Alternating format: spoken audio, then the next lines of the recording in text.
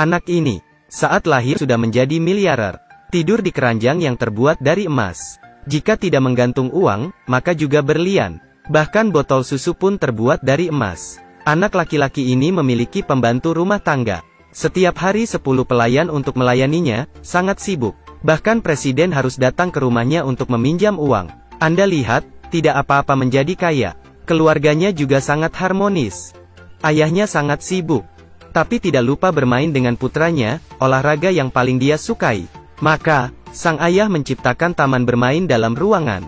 Juga mengundang beberapa atlet terkenal untuk berlatih untuknya. Lengan terentang, kaki terangkat. Letakkan tangannya ke depan dan ke belakang. Coba lakukan lagi. Naik dan turun. Kiri dan kanan. Apakah anak itu tidak memiliki kesedihan? Bukan seperti itu. Contohnya hari ini, Richie pergi ke pedesaan untuk menghadiri upacara pemotongan pita. Ketika berbicara, dia melihat sekelompok anak-anak bermain bisbol di kejauhan. Dalam hatinya sangat senang, tapi ketika dia ingin bergabung, dijaga dan dihentikan oleh kepala pelayan. Richie tahu untuk pertama kalinya, apapun yang dia inginkan bisa terkabul, tapi dia tidak punya teman. Richie mengundang teman-teman di kelas untuk bermain, tapi mereka juga anak orang kaya. Ada seorang teman yang mengatakan dia ingin memulai sebuah perusahaan. Teman lain mengatakan dia ingin menjadi manajer umum. Anak-anak ini hanya berpikir untuk menghasilkan uang. Pada dasarnya, mereka tidak memiliki masa kecil. Richie memikirkan lagi anak-anak pedesaan itu. Mereka tidak punya uang, tapi sangat bahagia.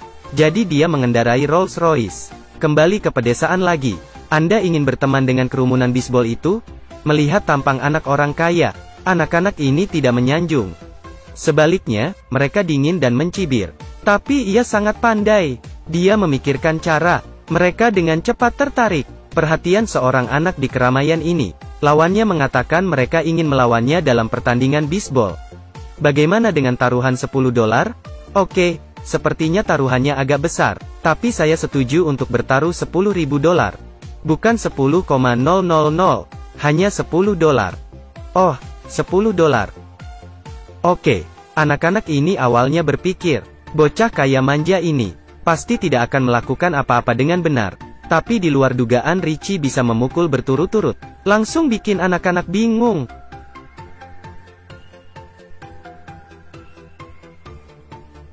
Meskipun Richie tidak menunjukkan pada siapapun, tapi gadis kecil ini dibuat marah. Dia menyuruh Richie untuk mengambil uang itu dan pergi dengan cepat. Tapi Richie bermaksud mengajak mereka pulang untuk bermain. Pasti gadis kecil ini akan menolak. Richie mengatakan sesuatu lagi, lalu berbalik untuk pergi dengan kecewa. Seluruh keluarga ada di pesawat untuk menghadiri ulang tahun Ratu. Melihat ekspresi sedih Richie, ibu memutuskan untuk meninggalkannya di rumah dulu. Kepala pelayan juga dengan serius memberi Richie hadiah.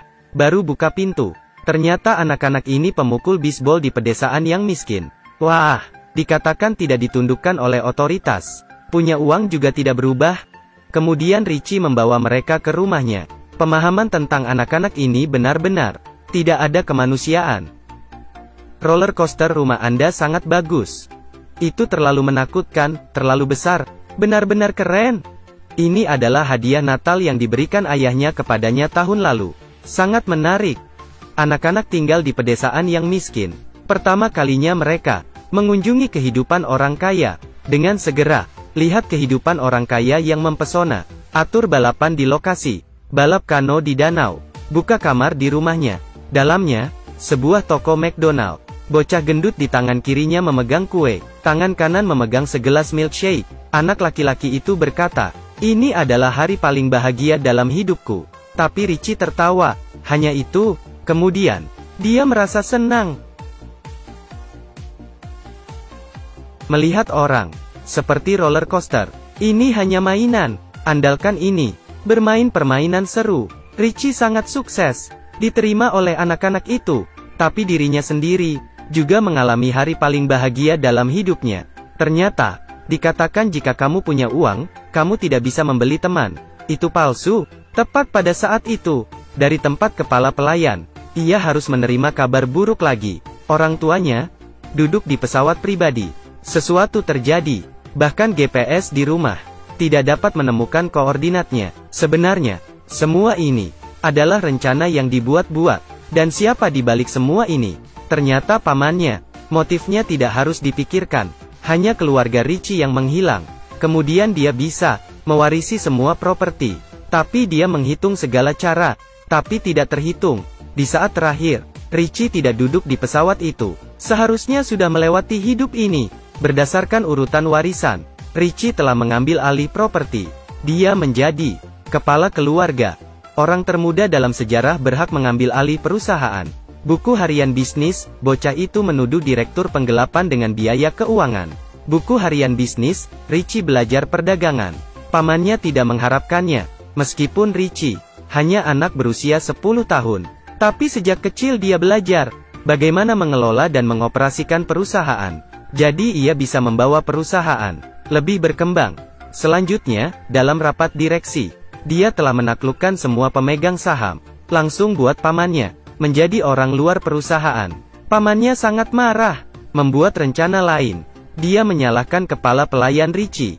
Fitnah dialah yang menciptakan kecelakaan itu. Jadi kepala pelayan itu dibawa pergi oleh polisi. Richie kehilangan walinya, mengikuti aturan, juga kehilangan statusnya sebagai CEO.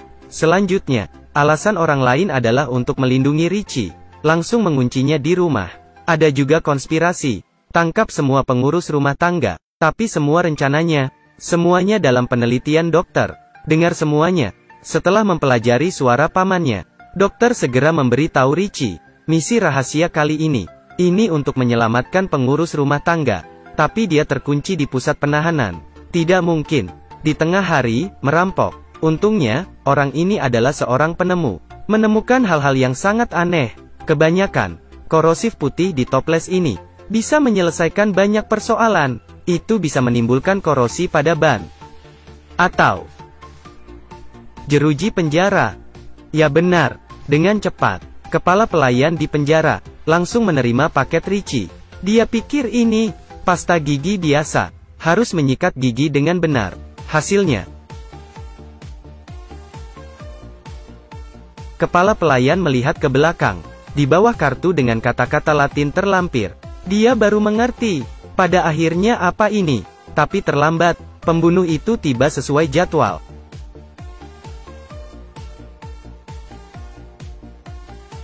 Ribuan kali menghina. Tuan-tuan ada di depan. Pembunuhnya tidak hanya tidak bisa bertindak, pakaian juga diambil olehnya. Dirampok. Setelah menyelamatkan kepala pelayan, Richie tiba. Rumah gadis kecil ini. Gunakan jaringan untuk menyusup ke GPS rumahnya. Ini dia dan kontak ayahnya. Ayahnya dan dia menghubungi. Kali ini segera cari koordinatnya. Tapi sesegera mungkin saat terhubung, koneksi jaringan langsung terputus. Tidak ada cara. Richie membawa anak-anak kembali ke rumah untuk kembali berhubungan dengan ayahnya. Anak-anak ini berada di kediaman pribadi. Anak-anak membawa pupuk kimia, menumpuknya. Setelah menemukan penjaga, tembak.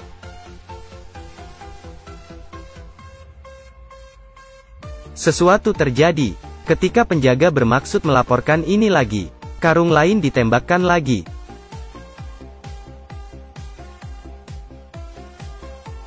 Richie membawa anak-anak berlari ke kamarnya.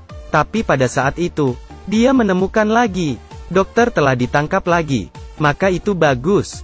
Karena dia memiliki niat yang paling banyak. Memang, dia memanipulasinya.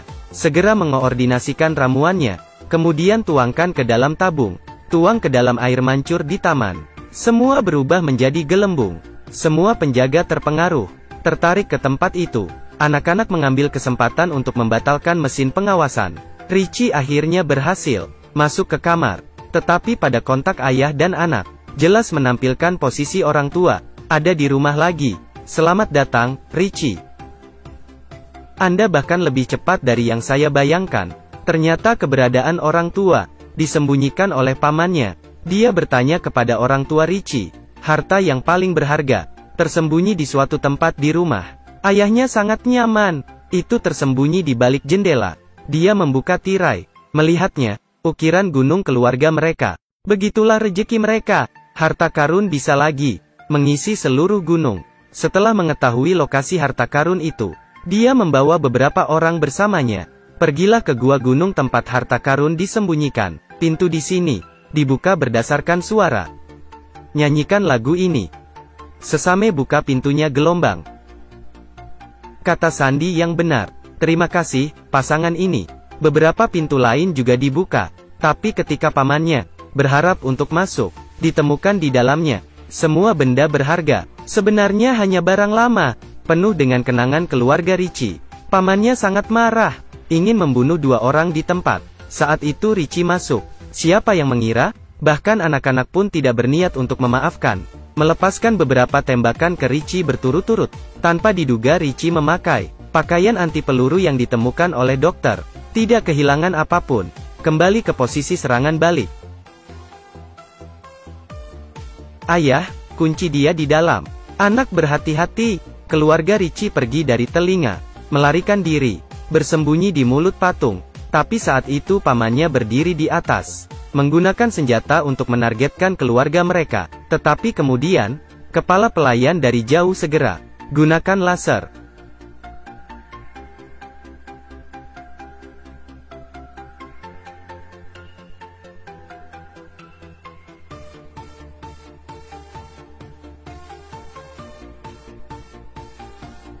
Cerita di sini adalah akhir.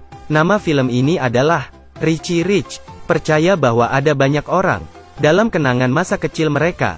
Banyak orang. Sepanjang film ini adalah pertama kalinya mereka menyadarinya.